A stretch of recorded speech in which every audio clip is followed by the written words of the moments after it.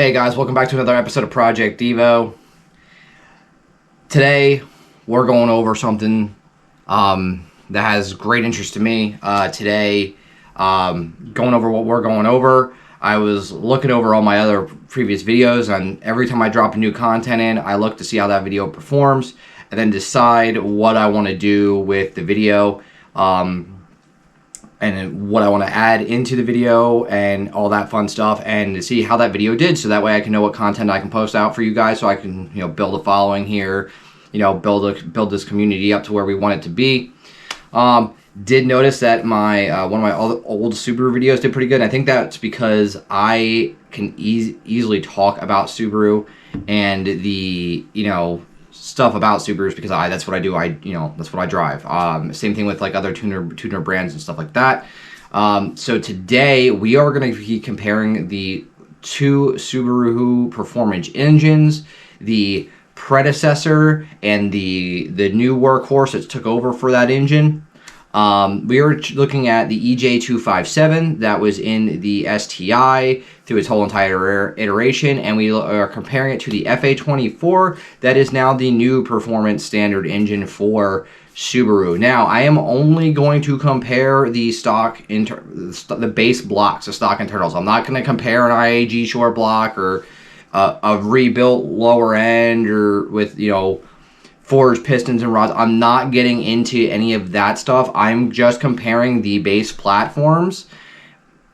And then once we get into the base platforms, we're going to compare base platforms with basic mods. That means nothing, no type of engine intrusion.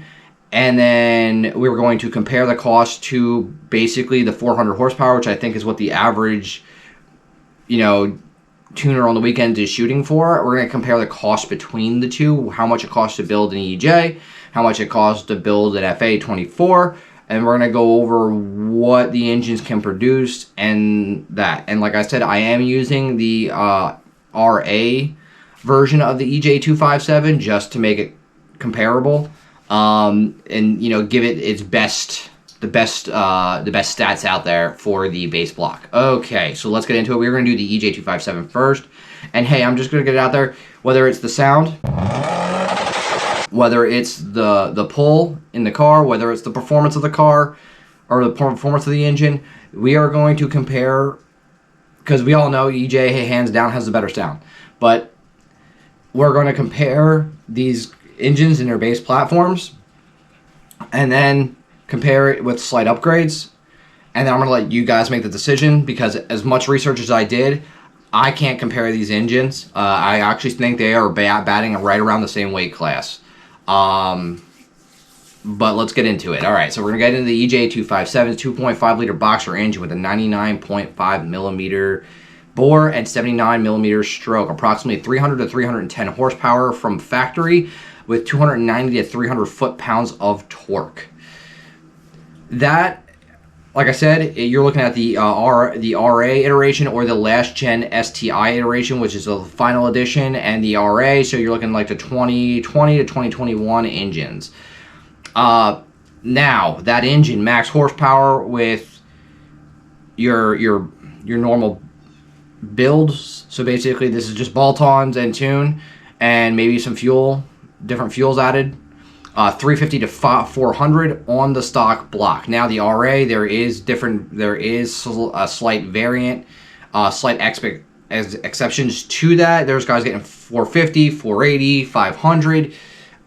We are not talking about the guys that have like giant rotating turbo assemblies and just have it on a stock block that maybe drive the car every other weekend or maybe like a handful of times a year. We are talking about the guys that are either dailying these things or driving them multiple times a week.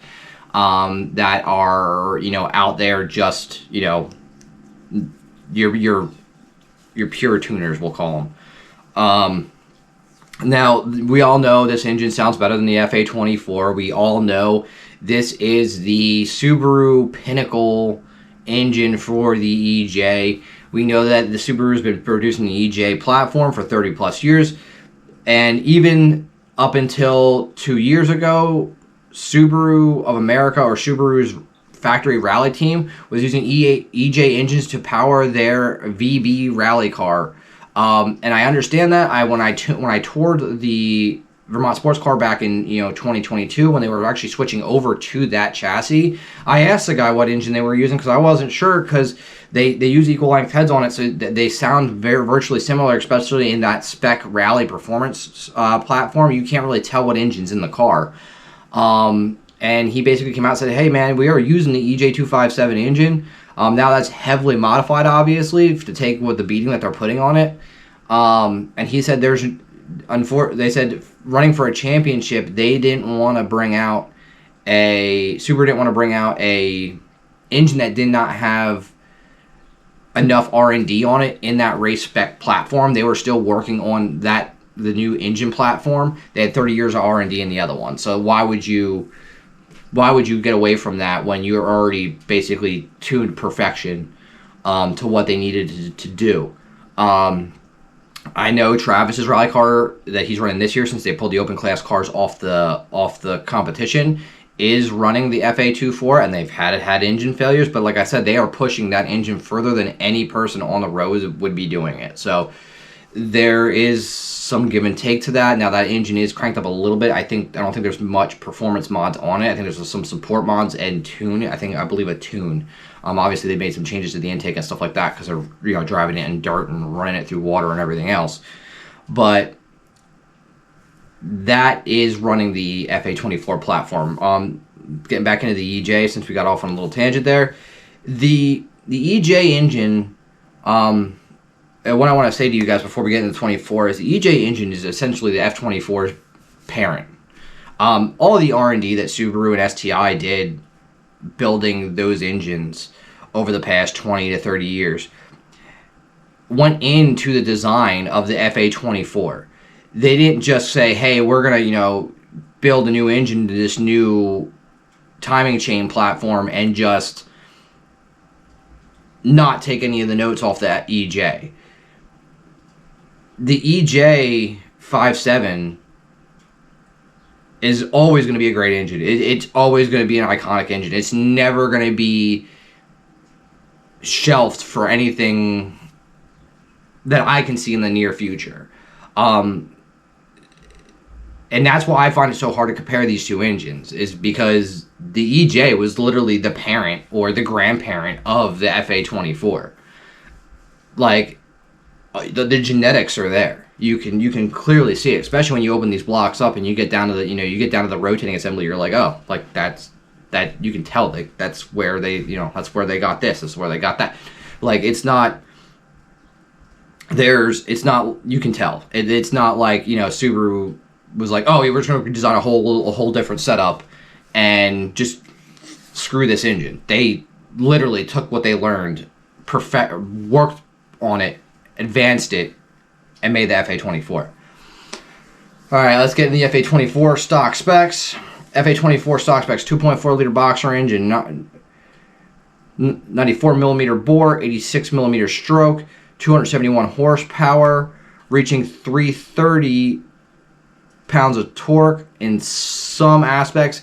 What I have read and seen online is a lot of these engines are actually making weird, like when they run these base dyno hits on factory cars, the cars are actually all over the board with like horsepower and torque specs. So I don't know if it's because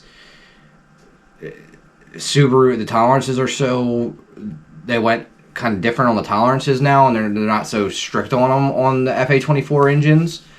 But there is definitely some variance going on out there where some people are getting up to like 290 horsepower on factory engines that don't have anything done to them, which is it's kind of weird.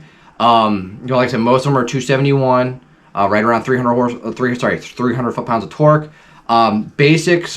Basic modifications, basic mods, meaning like your intake, your intercooler, whatnot, you are right around that 330 to 350 horsepower range.